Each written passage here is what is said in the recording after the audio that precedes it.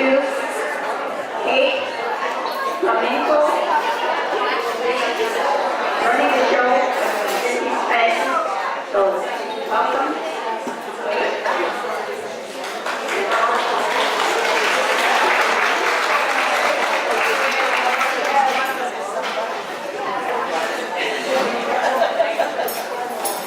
All right, let's make sure everybody can hear me. I can yell, but it's not as nice. Hi, just taking my picture already?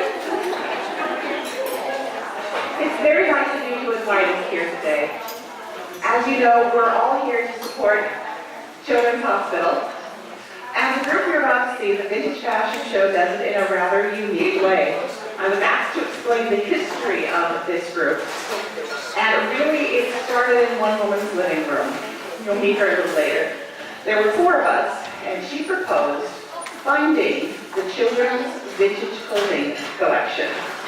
Most of you probably didn't know it existed, but she did. It had been active for quite some time and then lost its person in charge, if you will, and had laid dormant for several years.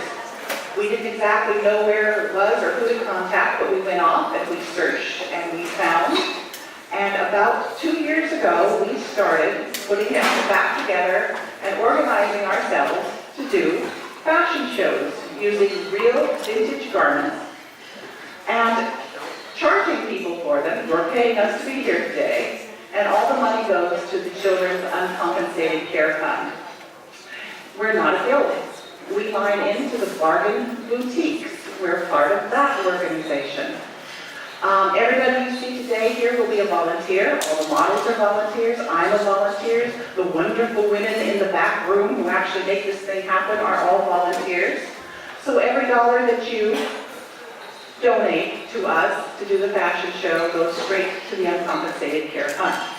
So 2 years ago we started doing this. Somebody here, I don't remember exactly who it was, saw one of our other fashion shows and said, that would be a wonderful idea. Let's have it for the Des Moines Guild.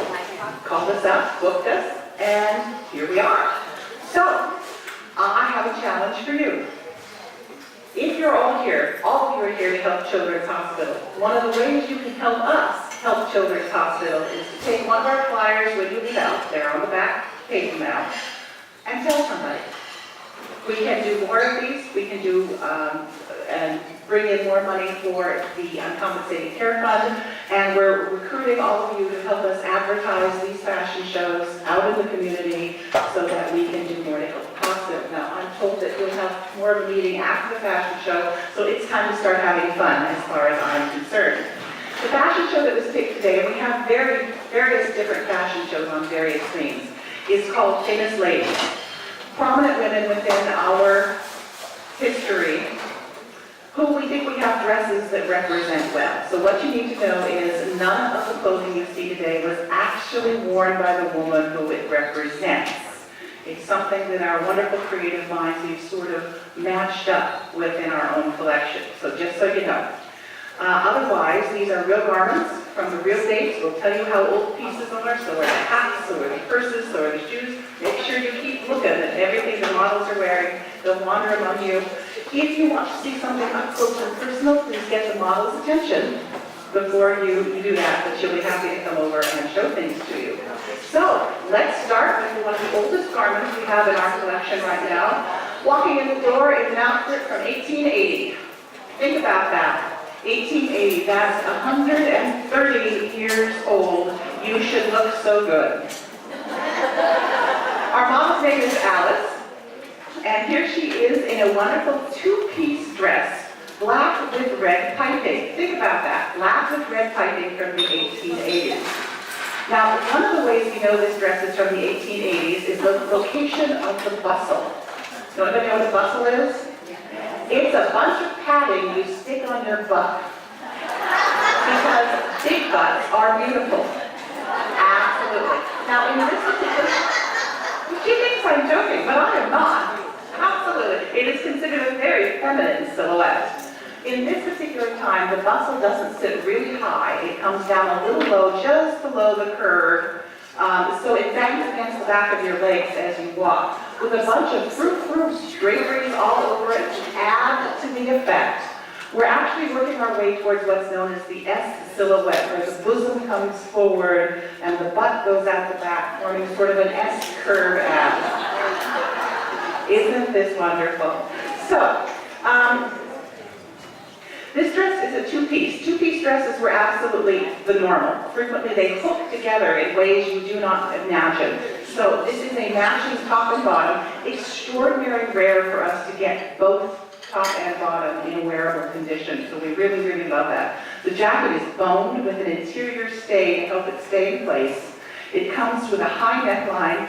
The skirt has all these ornamental flounces. So as she walks by, just look what they've done to all that fabric, and ends in a very slight train. We put a bonnet on her head, which is part of the deal.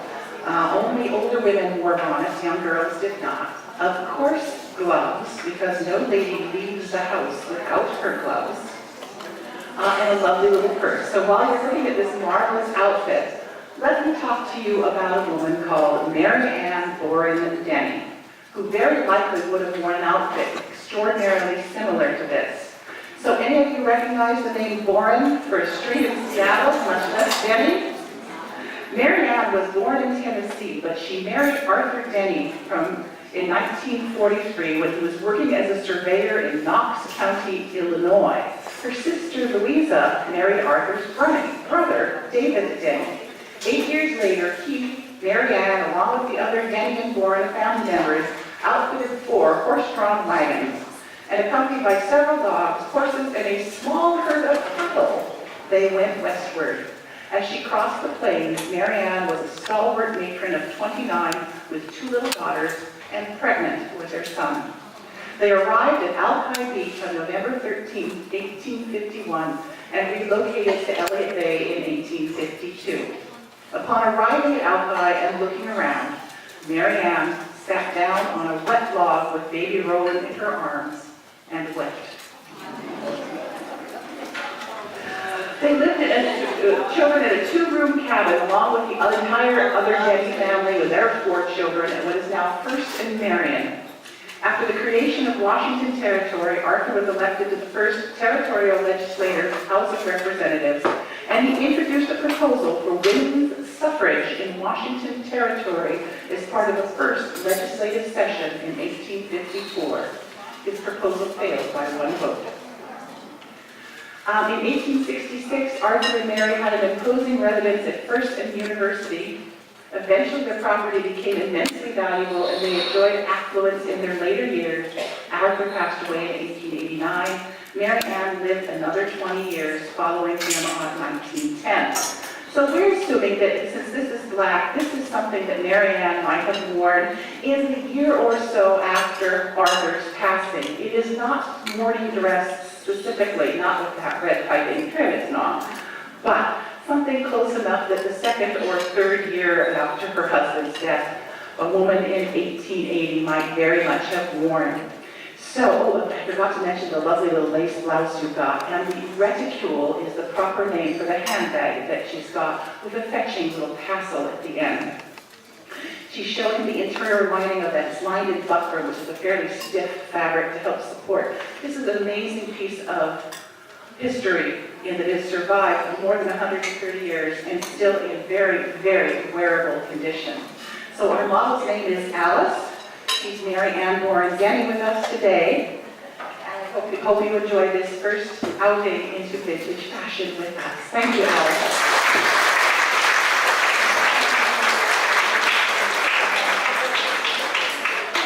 The next woman represented by our model is somebody you are all familiar with. For any group in the area that we do, we try to bring out this particular dress, this particular prominent woman. This is Anna Hare-Fleiss. Everybody know who she is? The founder of Children's Hospital. So, the dress is dated for 1980. Anna arrived in Seattle the day after the Great Fire in 1889 had burned down the whole business district, and her husband founded a real estate company, launching a career. Because Anna and her husband lost a child to illness, the institution known today as Children's Hospital and Regional Medical Center came to be. In 1898, Anna and James' 5-year-old son, Willis, died from inflammatory rheumatism. Anna also saw a neighbor's son suffer in an adult hospital because children received no specialized care. At the time of Willis's death, the closest children's hospital was San Francisco. In 1907, Anna called together 23 affluent women friends to address the lack of facility to treat crippled and malnourished children. Each of the women contributed $20 to launch Children's Orthopedic Hospital and establish the lasting policy of accepting any child, regardless of race, religion, or parents' ability to pay. So we think that our Anna is hosting perhaps a party, just like the one you're having here today, although women dressed rather differently to go to daytime social events. We consider this a daytime dress because it's not quite fancy enough for evening dress, but it would probably cross over for a craft dinner at home. It has a 2-layer effect. Look at the undersleeves of cream handmade lace, match the little bit of lace that is peeping out from the V neckline, and the underskirt also adds an effect of the second dimension in what is otherwise a very simple silhouette. The combination of silk crepe and boucle also add to the overall effect of softness. And while there is a wide, but inside you don't know there's a wide waist stay to hold the whole dress together. So as our model dresses in this thing, and you'll notice all sorts of buttons all over this dress, not a single one of them is functional. None of them work. It's all something else hiding. Under the buttons down the front, hooks and eyes, fastening them together. Under the little button at the waist, hooks and eyes, and underneath that, a 2-piece wide of what's called pettersham, really, really heavy grosgrain ribbon to go around the waist and hook in to hold the dress very firmly right around the waistline. A woman wearing this dress would still be wearing corsets. We haven't gotten away from that yet. So the fact that there's this stiff piece of waist inside the dress doesn't mean anything. She's already wearing a corset. It just hooks around the outside. But the drapery effect of the bodice and then the drapery effect of the lower skirt area begins to tell you of the change in women's attitude towards dress. Now, accessories are, of course, always important in a women's dress.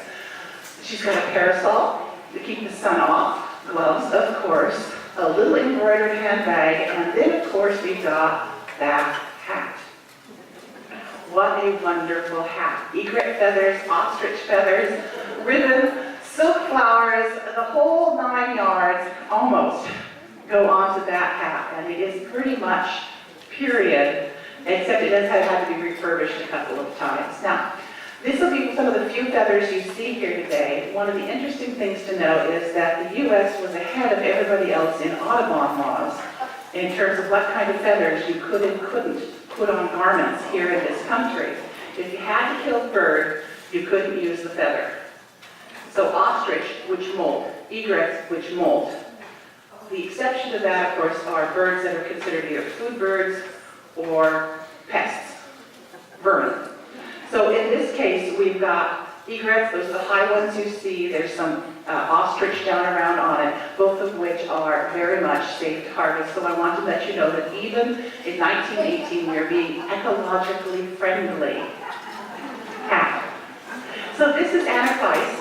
Our model's name is Linda Ellison, and she's having a wonderful time showing you this particular dress for Anna Fair Price in 1918.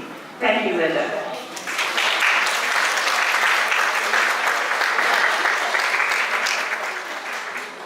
Now we have another very famous woman, although you may not know that for her walking in. This particular woman's name is Elizabeth Angela Marguerite Bowes Lyon. Okay, don't know who that is? She's the Queen Mom.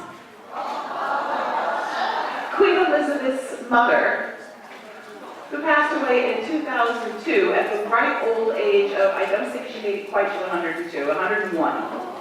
But what we've got here is from a happier time of her life, sometime in the 1920s, that would be after the end of the First World War. So she's not quite queen yet, and before the Second World War. So what we've got here is a wonderful outfit that's cleverly lined, black lace, cleverly lined with an alternate color.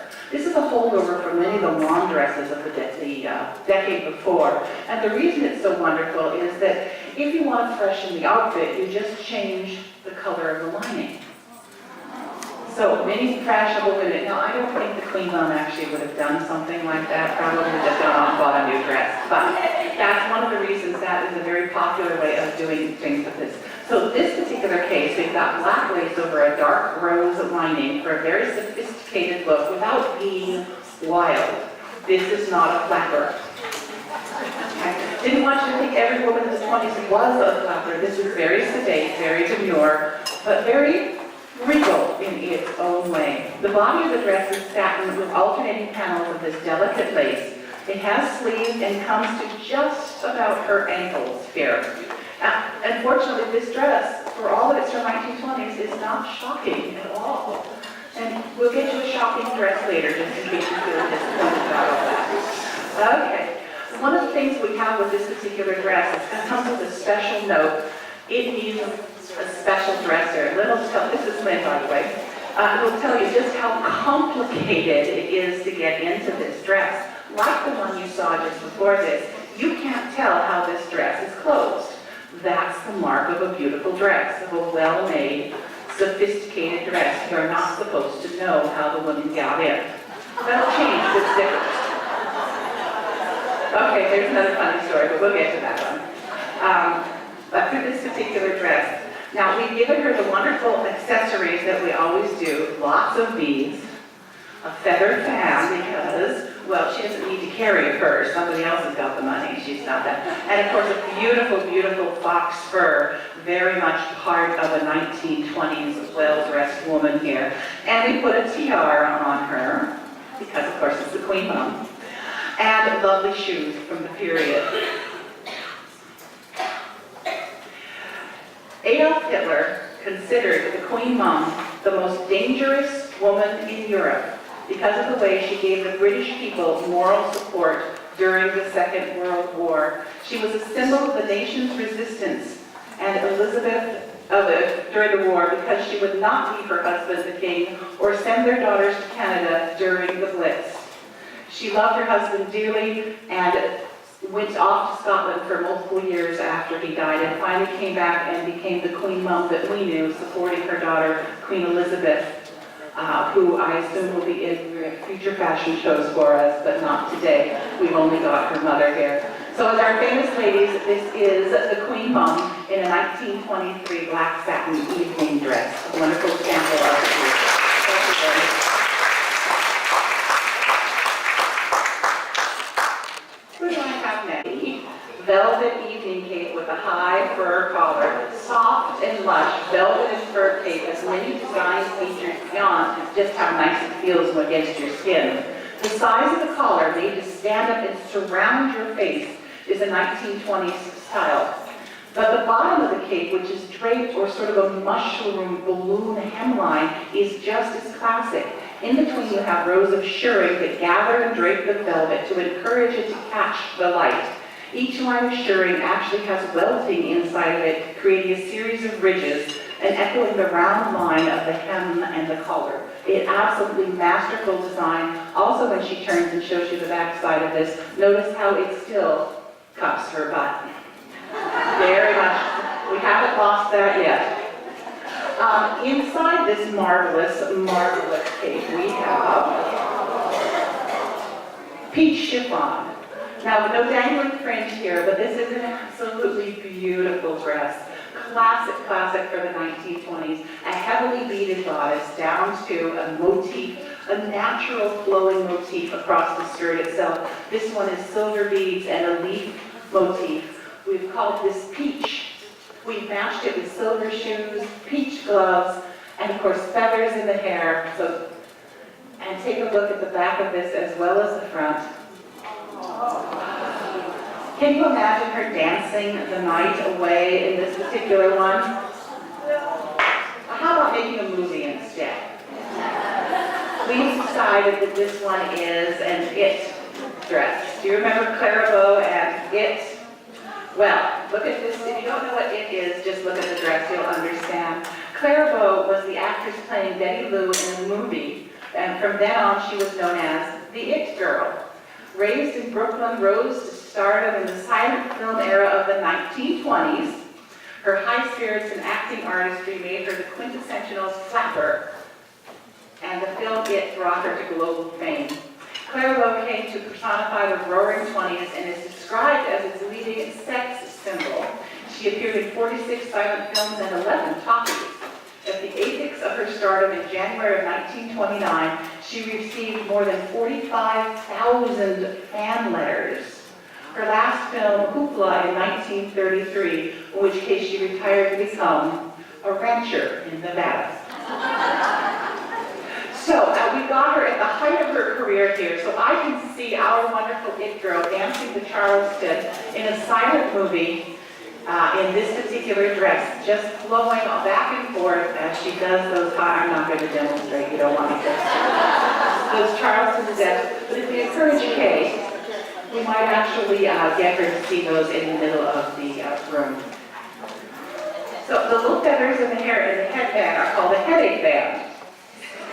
This is the time of when we've got closed hats, so anything tight across the head is absolutely marvelous. Kay, we're asking you to demonstrate the Charleston. Can you do the Charleston? Okay, here we go. Oh, and look at the skirt. Look how the skirt goes. Isn't that marvelous? I forgot to mention her beaded bag. Look at that as she exits for us here. She's had a wonderful time showing us how to dance. So, Clairvaux, 1920s, our It Girl. This is Kay showing us a wonderful dress. Thank you, Kay.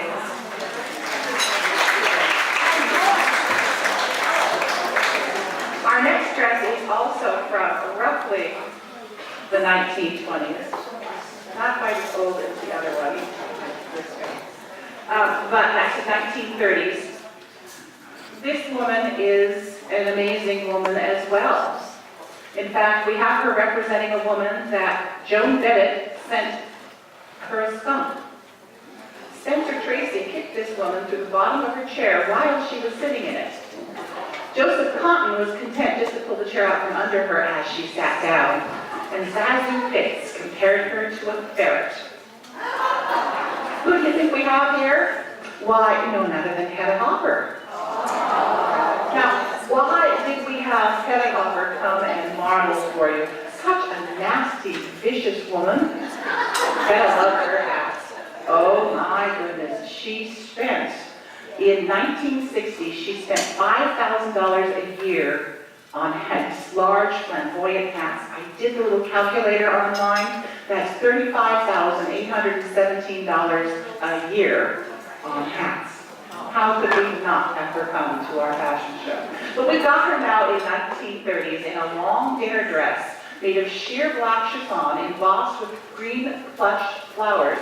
It's cut on the bias, and the short fitted sleeves have little bow closures as well. The underdress, or what we now call a slip, that came with this sheer dress in the 30s was as much a part of the design as the rest of the outfit.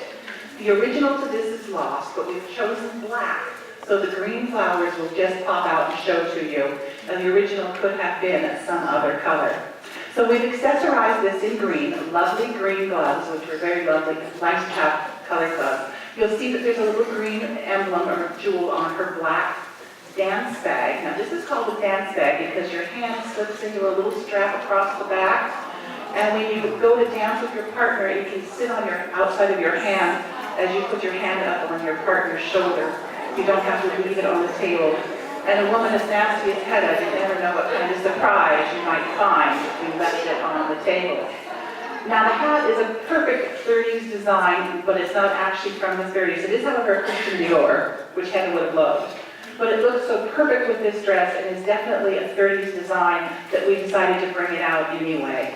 There are times when we come out with Hedda and have her change hats as we have her walk around for us.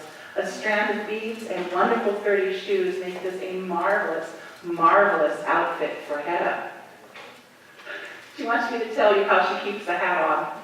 Here's a trick for all of you. I want people to wear hats, so here's a trick. How do you keep a hat on when the hat doesn't want to stay? In Women like Anna Clyde, you saw that big hat sitting on her head? They used to use these long hat pins because they had huge mounds of hair, both their own and fake, already pinned to their head. So the hat was pinned to the hair, which was pinned to the head. But now we've got smoother and shorter hair. How do we, as models, and you, if you want to, keep the hat on? Want to know our secret? Pink foam rollers.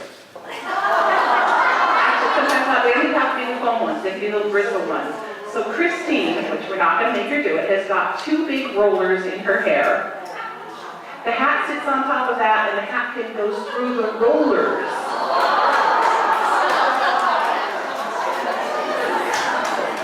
It's like a magician revealing all the secrets of how things are done. So if you ever really want to wear the hat and it won't stay on, put the foam rollers in your hair, pin to the rollers. You don't need the big pins, you can use the little ones. It works just fine. So that's our secret. We're quite sure that Heather probably knew that secret as well. As her movie career waned around the mid-30s, Hopper looked for other sources of income. So she offered a chance to embark on a career of something she was quite adept at, gossip. Her gossip column called Hedda Hopper's Hollywood debuted in the Los Angeles Times in 1938. And after years of struggling as an actress, she finally found her niche. She christened her home she purchased in Beverly Hills, the house that fear built. She maintained a notorious feud with long-established Luella Parsons. They became arch rivals, competing fiercely and often nastily for the title of Queen of Hollywood. And although those who knew her both declared that Hopper, a failed actress, was the more sadistic. Blessed with eternal middle age, per Time magazine, she worked until she was 1980 and then died suddenly shortly thereafter. So this is our Hedda in wonderful, spiteful green and black, and of her beautiful, beautiful hat, showing us an outfit from the 1930s. Thank you, Christine.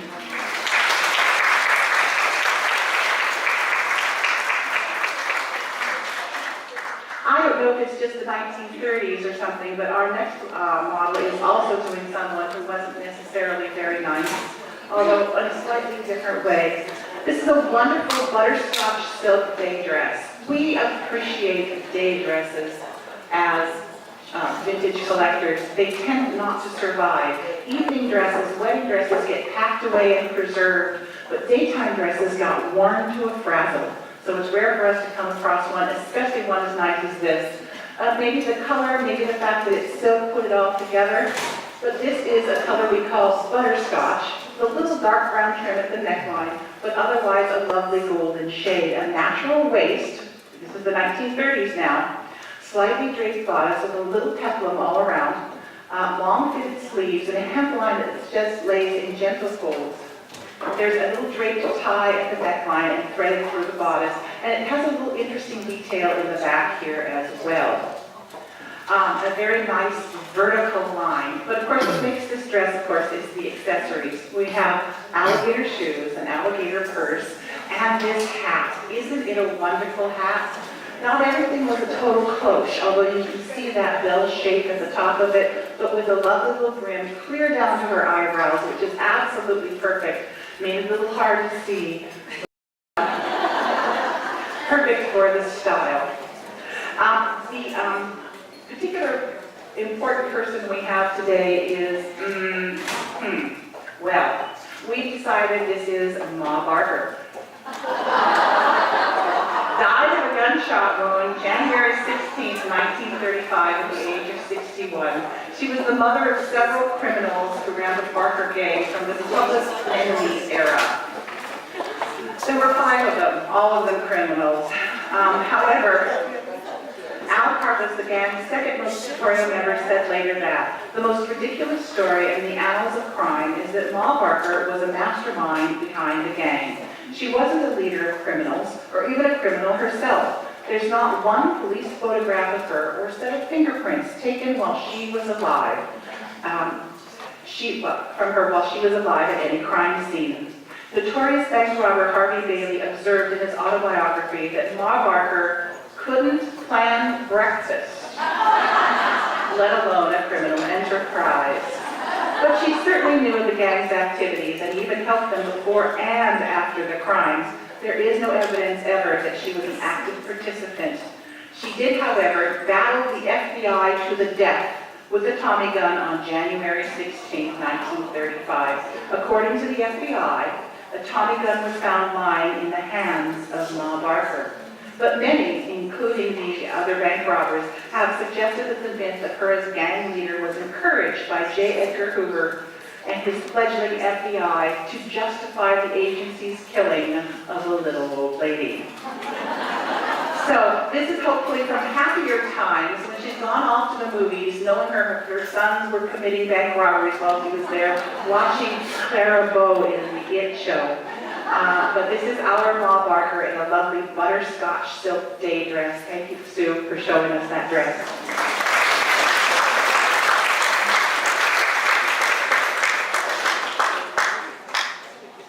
Now, our next model, you're not going to know who this woman is.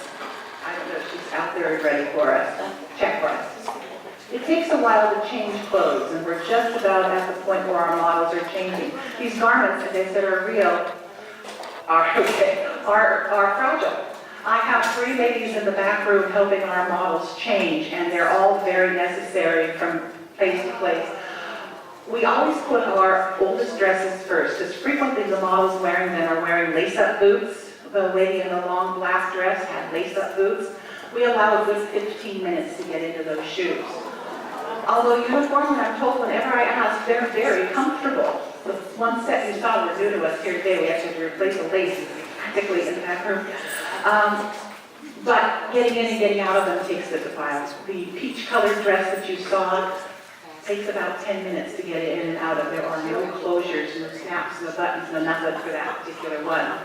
This outfit's a little easier to get into, even though it's from the 1930s. This is Linda again. Hi, Linda. Wearing what we call the chocolate brown dress, and there's a reason we call it the chocolate dress, because the woman who wears it is almost always telling us about Ruth Graves Wakefield. Anybody know who that is? Ruth Graves Wakefield invented the chocolate chip cookie. Accidentally. An excellent cook. She and her husband used their life savings to buy a 200-year-old house in Whitman, Massachusetts that had once been a roadway toll house. They turned it into the Toll House Inn, for which became known for its famous lobster dinners and Mrs. Wakefield's cookies. On a busy but fateful day in 1930, the Toll House Inn ran out of baker's chocolate, a very necessary ingredient in her buttered rock cookies. She substituted a Nestle's chocolate bar cut into tiny pieces, thinking that the chocolate bits would melt into the batter as the cookies baked, and she'd get her usual chocolate cookie. That's not what happened. Instead, they melted and became moist little morsels of chocolate embedded in the plain cookie itself. The rest, as they say, may be history. Ruth contacted, after becoming absolutely major popular, Ruth contacted the Nestle company and made a deal. The company was allowed to print her recipe on the cover of all their semi-sweet chocolate bars, and she would get a lifetime supply of chocolate. Now remember, she's running a restaurant and cooking hundreds of cookies every day. This is no small thing. Later, Nestle began selling pre-packaged, pre-chipped chocolates for your convenience, just because this particular recipe became so very, very popular. Our particular Toll House cookie, or chocolate brown dress, is unique in that it's got a certain day dress style to it. So I need to get Linda's attention here. It is a dress and jacket combination where the dress itself is a lovely crepe wool, and the jacket's an Eton or a short crop jacket in fur with a little bandeau of fabric, so it's definitely made as a set. It's got an attached little butterscotch tie here, and we can just imagine Linda here going off making her business call at the headquarters of Nestle wearing this wonderful, wonderful outfit. The hat is a felt with a little foo-foo around the side, which is typical for the 1930s. And I have to admit that I've forgotten what purse we gave her. Oh, tooled leather purse from 1930s here. Another piece of real leather, not alligator in this case. and of course, period shoes. And can't leave the house without them. Gloves. So Ruth Graves Wakefield is the epitome of a well-dressed businesswoman approaching the Nestle company, making her fortune and making our time in the kitchen all the more profitable. Next time you eat a chocolate chip cookie, you'll remember, right? So thank you very much, Linda, for showing us the chocolate dress.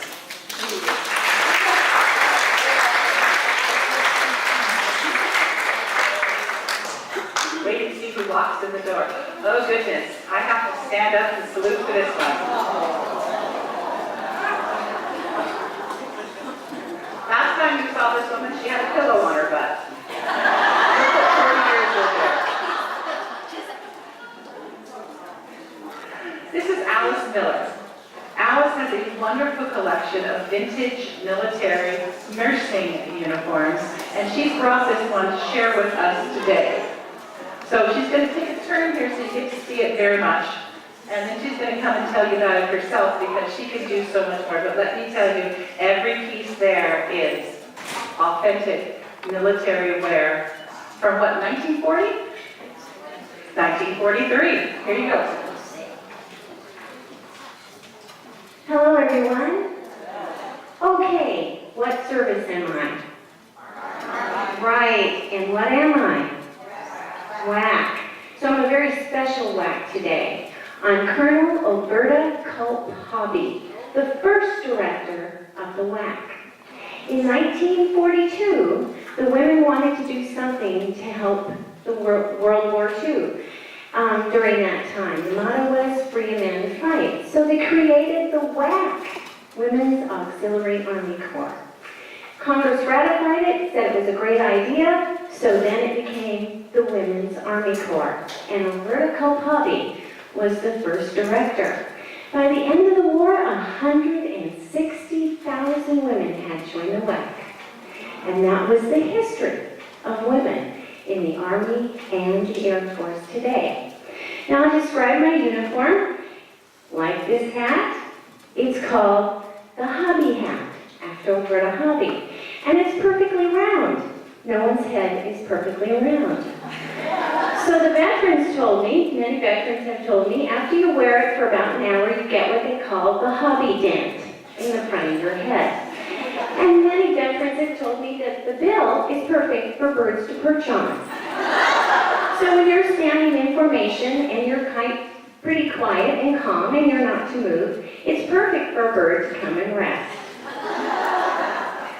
Well, the uniform is called pinks and greens. It's opposing to the men's uniform, officer's uniform as well. Now, I've got a green tunic, and the skirt is kind of a beige color, but they called it a pink skirt because it had a pink hue to it. And if I walk around, I'll let you feel the uniform. It's kind of the first form of polyester. They called it wool elastique. And of course, I've got my eagle embossed army buttons on the front, and it's a 4-pocket tunic. Now, I've got a very high-waisted skirt, and it goes down to about my knee. I've got gloves and a purse to match. This is not really my purse, it's a utility bag. Women in the Army back then, they called it a utility bag. It's made out of buffalo hide. Now, they made it out of buffalo hide because they considered leather very special, and they needed it for the boots for the men during the service. So they made the women's purses out of buffalo hide. And of course, I've got my brown Oxfords on, my working Oxfords. And one more thing I want to show you. I'm wearing seamed hose. I don't know if any of you noticed that, but during World War II, the civilian women didn't get hose.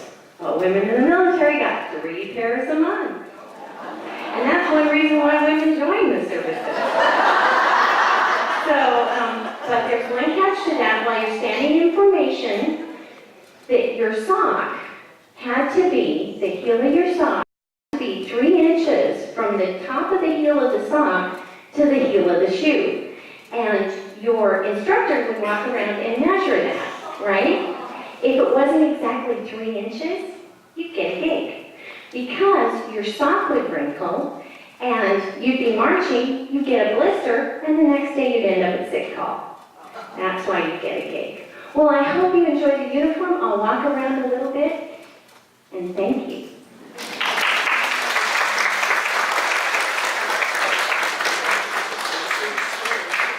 Alice generally regularly volunteers at the Museum of Flight. If you ever get a chance to be there and take the tour on Air Force One, you frequently see her there dressed rather differently. And she does frequently models for us. She does an absolutely wonderful Jacqueline Kennedy model. But because we've got to wear the uniform today, she won't be doing that with us, which is really too bad. We really need to see one of our other shows where she gets to do that. We have some marvelous. She's one of our best volunteers, and we're delighted to have her every time we have.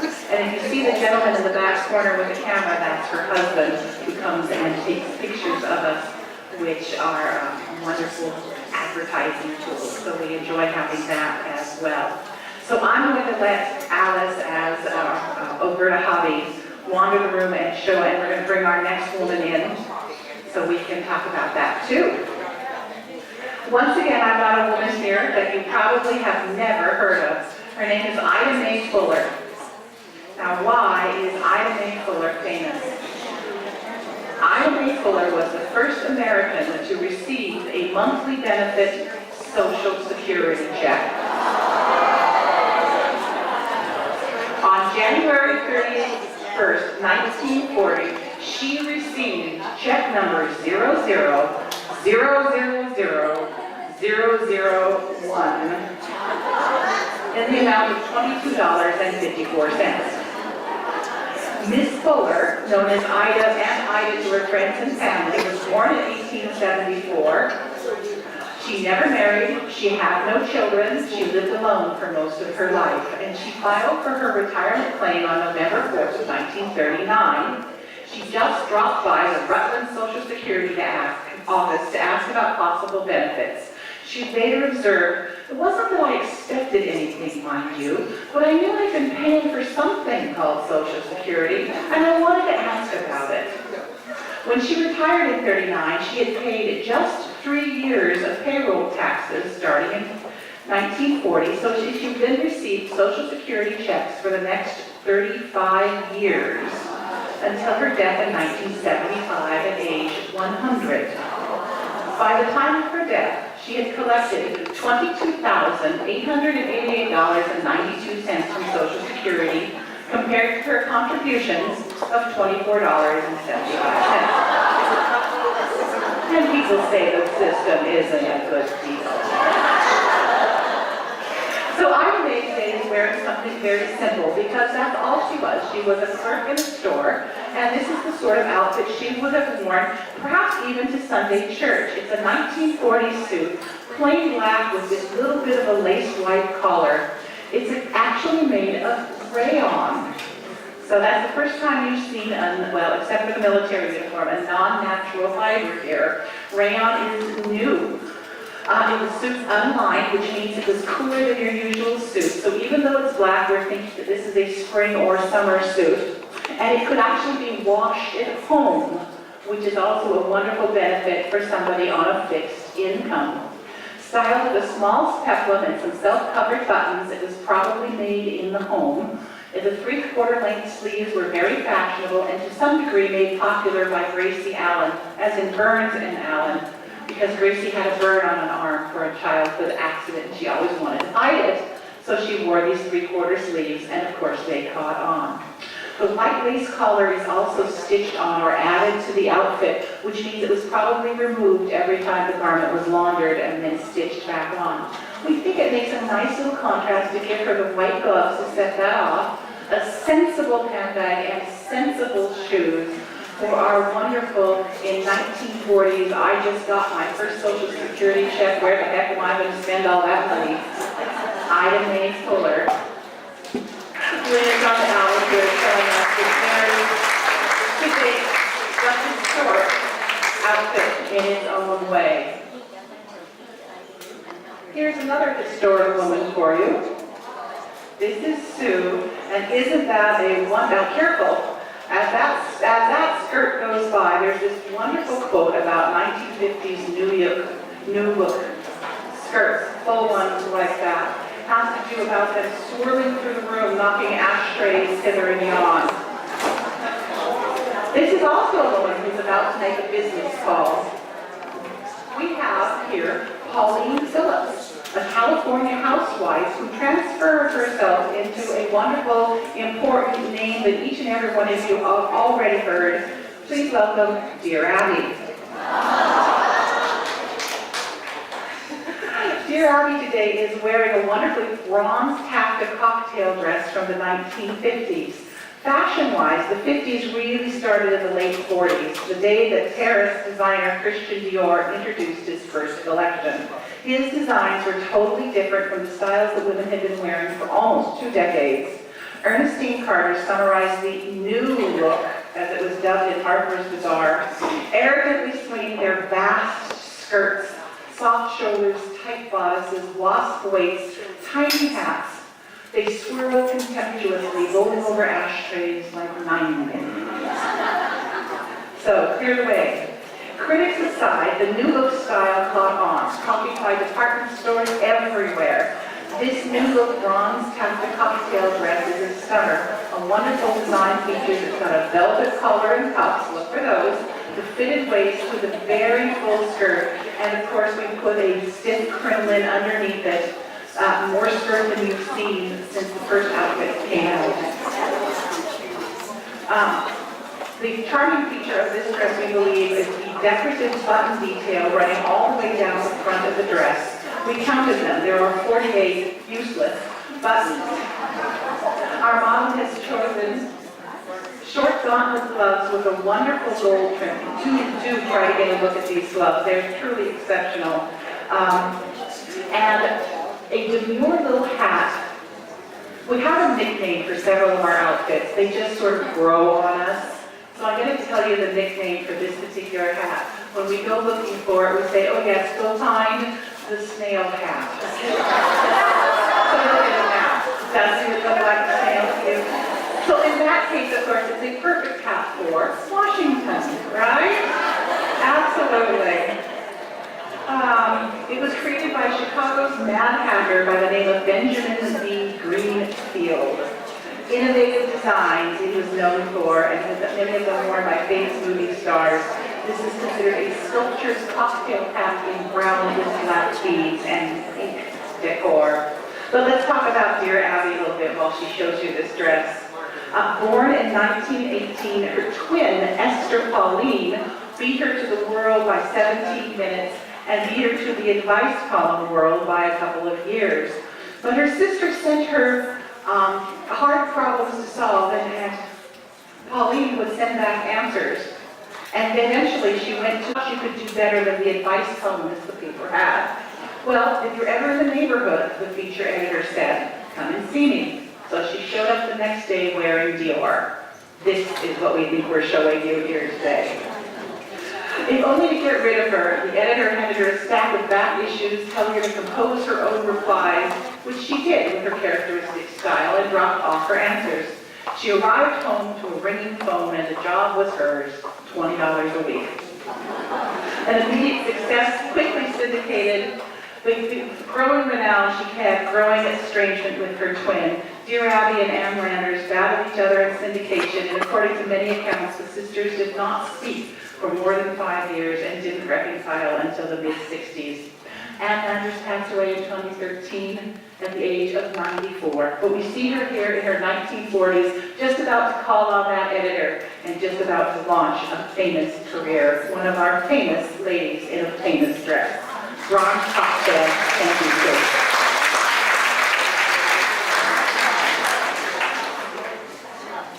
Here's another famous lady. So the first thing we have to get over with this is this is a dress, or a kind of dress, that I personally remember, and now it's vintage. I just have to get over that. Many of you may have been doing a little bit of that already, but this one is, of course, quite. So start at the bottom. Orange shoes, yellow gloves, a cigarette in a long holder, an amazingly wild print dress, and big hair. Who do you think we got? You got that one, absolutely. Here we have Phyllis Diller, or Phyllis Ada Driver, as she was born. And her famous and my favorite quote, "Housework can't kill you, but why take the chance?"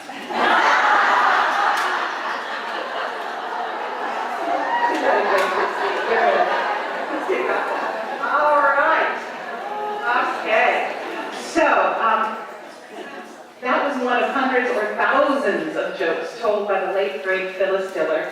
She was a comedian of wild hair and wilder clothes, and even though she continually referred to her husband as Fangs, it was actually not one of her actual husbands. I just wanted to make sure I said that about her. While her routines remained self-deprecatory, she rarely, if ever, went for funny bone through the jugular. She became famous and popular for stand-up movies, countless TV appearances, and many, many road tours with Bob Hope over to see the troops. Wikipedia says Diller was a housewife, mother, and advertising copywriter. During World War II, she worked at the Willow Run bomber plant. And in the mid-50s, she made an appearance on the Jack Paar Show. Along with Lenny Bruce, Bob Newhart, and Mort Saul, Diller was part of the so-called New Wave comedians who began their careers after World War II and had no connection to vaudeville. Diller became most famous because of her movie and TV appearance and of her wisecracks on Rowan and Martin's Laugh-In. The dress that she's wearing here today, well, if you can look past the colors, you might be able to see that it's cut on a very flattering princess line. The length and the 3/4 length bell sleeves give you plenty of chances to admire this fabric, to create this moving piece of what we're calling pop art. The label says it was made in Hong Kong and is 100% polyester. Now remember, in the 1960s, polyester was still something special. You know, government hadn't arrived yet, so it was still had a very pure image. So chances are somebody actually went to Hong Kong and asked to have this particular dress made. Finishing details, if you look at the back, there's a little button closure over the long zipper up the back. The scoop neckline is actually lower in the back than it is in the front, exposing an awful lot of décolletage, if you will, for Christine here. We've given her the cigarette holder and the bright gloves. We decided that Phyllis didn't need a purse. Oh, purple earrings. Orange shoes, yellow gloves, purple earrings. Really? Okay, we're so over the 50s matchy-matchy here. Cleaning house while your kids are still growing up is like shoveling the walk before it stops snowing. The reason women don't play football is because 11 of them would never wear the same outfit in public. What I don't like about office Christmas parties is looking for a job the next day. You know you're old when they've discontinued your blood type. Okay, and this is my favorite actually. The reason the golf pro tells you to keep your head down is so that you won't see him laughing at you. That's my golf game. This is our Phyllis Diller. This is Christine coming out here and Sherry looking wild and crazy. Woman and outfit with you today. Now our last outfit is actually a teeny bit of jump back in town. We've just gone to the 60s, but we're going to go back to the 50s here because who doesn't want to end with a wedding dress? Isn't this gorgeous? We've decided, a 1950s wedding dress, we've decided with a crown on her head. Okay, who got married in the 50s with crown? Grace Kelly. We've decided we've got Grace Kelly here and her wedding dress.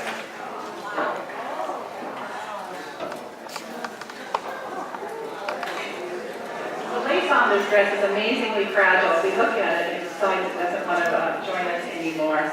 So Grace Kelly was born in Philadelphia in 1929, and because of her low mathematics scores, she didn't go to college. She decided to pursue her dreams of a career in theater, much to the dismay of her parents.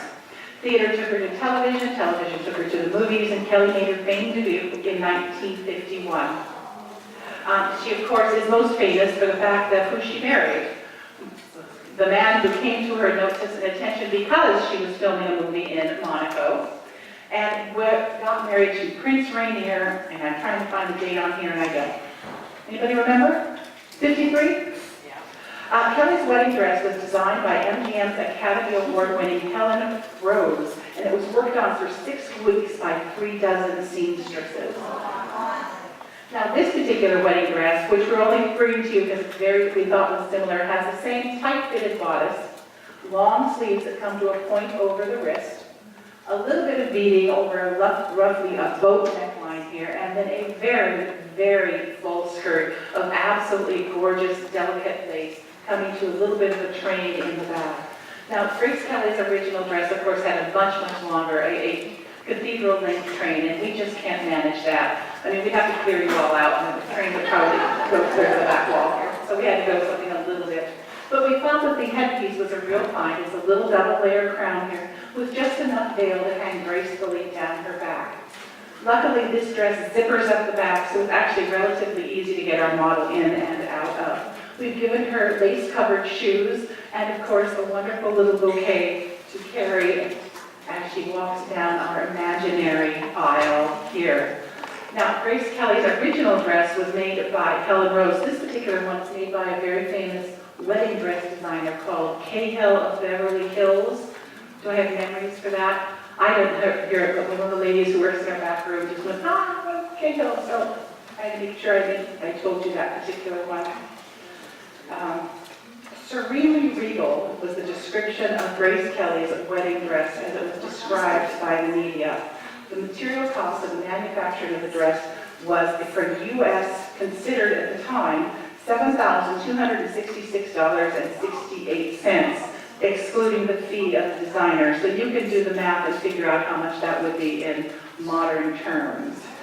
Many wedding dresses have since then have been modeled on Grace Kelly's dress. In fact, they say that Kate, the recent Duchess of Cambridge, modeled her dress on Princess Grace's dress as well. So it continues to be famous and continues to resonate throughout the fashion year. This is the last gown that we're going to be showing you today. So at this point, I'd like to ask all my other models to come out and join us here on the stage. This is going to give you a chance to see fashion across time. So we've got the 1950s, the 1940s walking in the door. Of course, our wonderful 40s military uniform. 60s, 30s, and early 30s, 40s. These are all our wonderful models. Of course, this is Kay. We've got Sue and Lynn and Alice. We've got Phyllis coming up here. Your real name is Christine. And another Linda joining us as well. And this is our wrap up our vintage fashion show for you today. We'd love to hear from you. If you've got any questions, we're happy to have questions from the audience. Anything you'd like to ask us? Not a single one question? Oh, good, thank you. Where do we store all that? A wonderful, generous donor gives us a storage unit in downtown Seattle. So they are stored in a commercial storage unit that we go to, and fortunately enough, we store them and work with them and put our shows together there. How many other outfits do we have? We haven't actually counted them. That's an interesting question. Probably 1,000. Now, I say that, you have to realize that probably 20% of them we can't use because they're just too darn tiny. I mean, we have no volunteer with an 18-inch waist. So, some of them are just there and they're wonderful and they're marvelous and they're beautiful, but about 20% we can't use, but they're probably. Now, when you take into account that we're also talking about shoes and purses and furs and what else have we got? Maybe hats. Oh, the hats. So really quite a lovely. And most of these came to us from, all of them from donations. We do not buy. They're given to us through bargain boutiques, which I need to plug for bargain boutiques, and other generous people who have vintage garments that they want to see in service to the community. Thank you for asking. Questions?